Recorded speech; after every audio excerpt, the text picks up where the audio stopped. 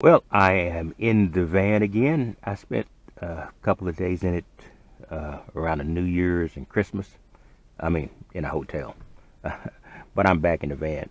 And the fact I've got so much open space now, believe it or not, this is a lot of more open space than I had before, makes the van so much more livable.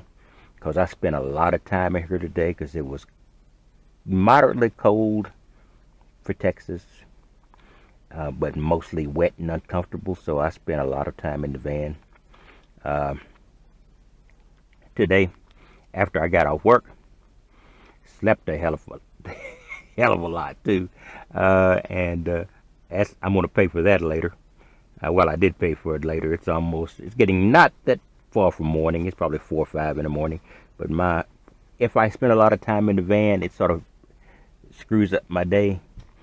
What's the old used to be called John C. Lilly? He was I don't know, he was a psychiatrist or something along those lines, and he created this isolation chamber where you could get uh, buoyantly, so negatively affected, and you would go in there and you would have hallucinations.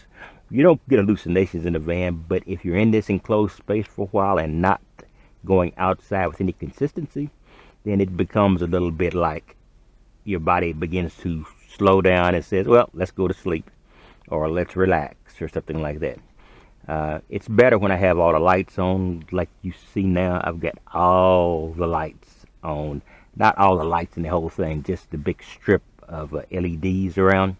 So it gives a more full view, and it's pretty good when you're sitting in your van because you can get a look at everything around you.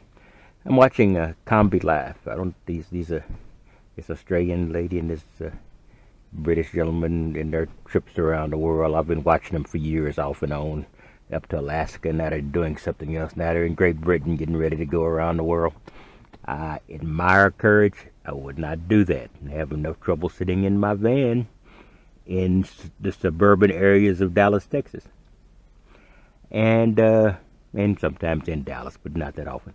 I need to go to Fort Worth, which is a city immediately adjacent to Dallas. If you're not familiar with this area, anyway, that's what I've got to tell you. So I just will give you a quick report. I've been checking on my power. I spoke in my previous video about placing a tarp up against the side. I placed one. That'll be in my next video. I do it now, but it's dark, and I just want to complete this particular video, and then I will do another video about the tarping. I've got one side tarped, and I think I've shown that before. I'm gonna go get the other side tarped at some point, or tarp it.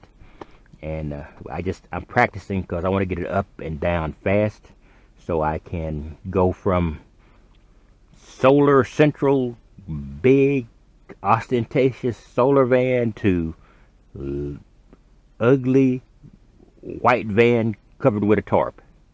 All right, I will talk to you later during the day, and you can see the clutter. If I could get I have to using my camera glasses because I don't have my phone anymore, and I'm not going to dig for my action cameras and other cameras. This is not as cluttered as it has been, but I have come to the conclusion that I'm not going to worry about this anymore. This life is just in a van is going from clutter to lack of clutter, and these are dirty clothes I've got to wash again. I'm a constant battle with washing clothes. In any case, I want to well, that's all I'm going to really cover this video. I might make another video later in the day.